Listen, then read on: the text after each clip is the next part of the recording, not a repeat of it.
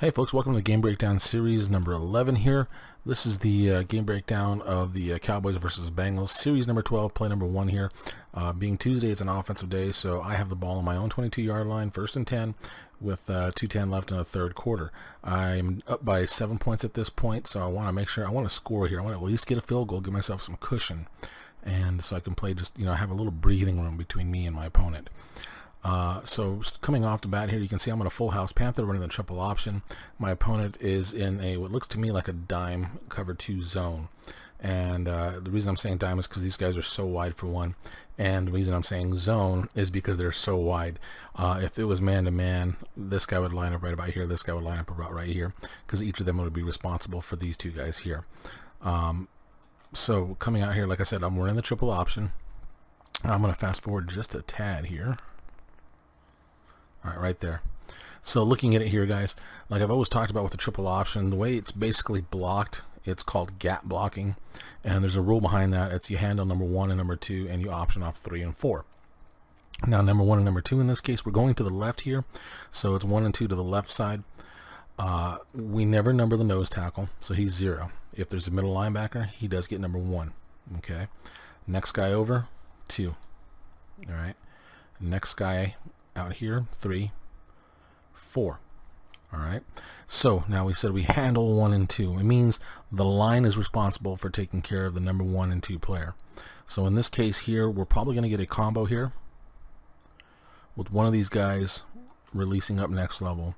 So combo up or combo down in this case to the Mike backer, and then we should get a base block here or a down block. It's sort of a down block because this guy's actually shaded, so he's not quite in the gap or over on the guard. So we're gonna block these guys, get these all blocked off, and we're gonna option off number 3 and number 4. So right off the bat, we have this run, the inside run right here. So what we have to do is make the read off of this guy. If he crashes hard, I keep it and keep going with the option. Now, if he squats or gets upfield, I hand the ball off to the running back here, and then I got to make the decision to go inside, outside here. It's just really depending on what we get, what kind of block we get out of the my left tackle here, Tyron Smith. Okay, and if we keep going with the option, now we go to number 4 here. So he'll be coming here, and he's coming out here, and it just depends on who he attacks. If he attacks the quarterback, I pitch it to the running back. If he attacks the running back, I keep it with the quarterback, turn it upfield, and get as many yards as I can. So let's go ahead and run through this, and then we'll see what happens.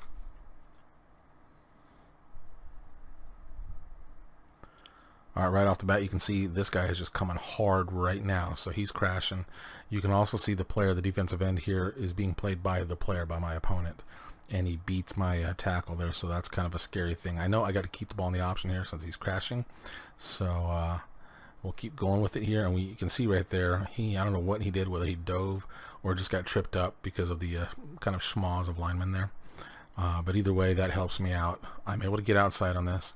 So now I'm worried about him. Who is he going to come after? If he comes after me, I want to pitch it to the back. And that's kind of what I really want to do. You kind of always want to be able to get it to your back. And the reason I say that is, one, you don't want to get your quarterback hurt. In my case, he's my backup. Dak is my backup.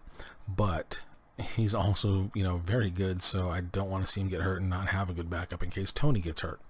Other thing is, quarterbacks in general, more prevalent to fumbles.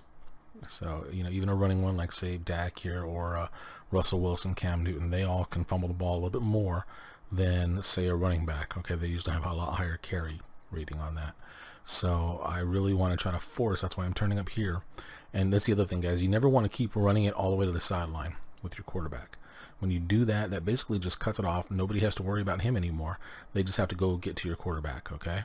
So try not to string it out all the way to the sideline. Now, I make a decision here to pitch early, even though this guy's kind of sitting between, and as you can see, the player's taking him over. The reason I do that is I worry a little bit about this guy right here. He's blocked right now, but as I come up here, he may be able to release because now he's going opposite way of the receiver here. So he may be able to get out and actually cut off my pitch, making my quarterback vulnerable to a big hit there. So I really don't want that, so I pitch it off and get what I can, which is a 4-yard gain. So that's a play success in this case. So in this case, I do my job. I also get 4 yards, so that's a play success. It's a 2-point play for me, so that's 100% on this for the grade. And that'll be it for this one, guys. We'll see you with the next.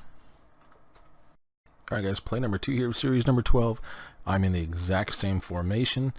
He's in a different defense now, as you can see here. He's in a 4-3. Still looks like, well, right now it actually looks like cover 3. The reason I say that, see that corner, how he's down so tight, so that probably means we're going to get a little sky coverage here, cloud coverage, excuse me, to where he'll run zone there, and then we have flat here, hook zone, and that would be, looks to me like that's what he's doing here.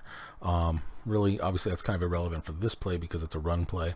Coming back triple option, so I have my dive here, quarterback and back going on the option here, all depending on what this guy does now.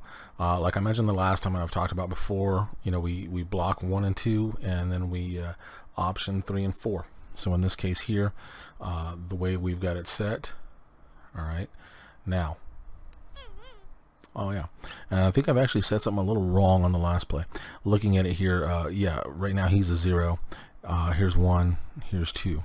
Reason being, guys, and last time this guy was actually a number 1, is because we had a nose. Okay, so if there's no nose, then he becomes 0 in this case. And we have 1, 2, 3, 4. Okay, so we're going to block him and him. We want to make sure those two guys get blocked, and of course he'll get blocked too. And we're going to option off these two. So what's going to happen here, more than likely, we get a block here, probably a combo up this time in this case, work next level, so zone up to the next level there. He'll go right there. My back now, we read off of him. If he squats or goes upfield, I hand the ball off to my back and then make the cut, just depending on where I see the hole. If he crashes hard on my back like he did on the last play, then we go back with the option. So let's go ahead and run this and see what happens. Little learning here. So boom, you can see him squatting. Now this guy's fighting outside. I see that's the player too, so he's fighting to the outside. So I want to hand this ball off and take it up here and get as many yards as I can. Now as you can see, I do have this guy right here coming in, so he may make a good play on me. Hopefully I can get at least 4 yards out of this, and just, well, I'm going to use him as like a bruiser back. That's why I put in Alfred Morris here. Normally it's a fullback, but I want somebody with a little more speed, and plus this guy is just a bruiser of a running back, so I want to be able to truck my way through there and get as many as I can. So I get the handoff here, get myself a nice gain, about 15 yards or so. So in this case here, I get 3 points. I get doing my job. Of course, I made a good decision. And then I get myself over 10 yards on a run. So that's a big play. And of course, the point for play success in general, because it's over 3 yards. So the full 3 points with that bonus point going in there. And another first down.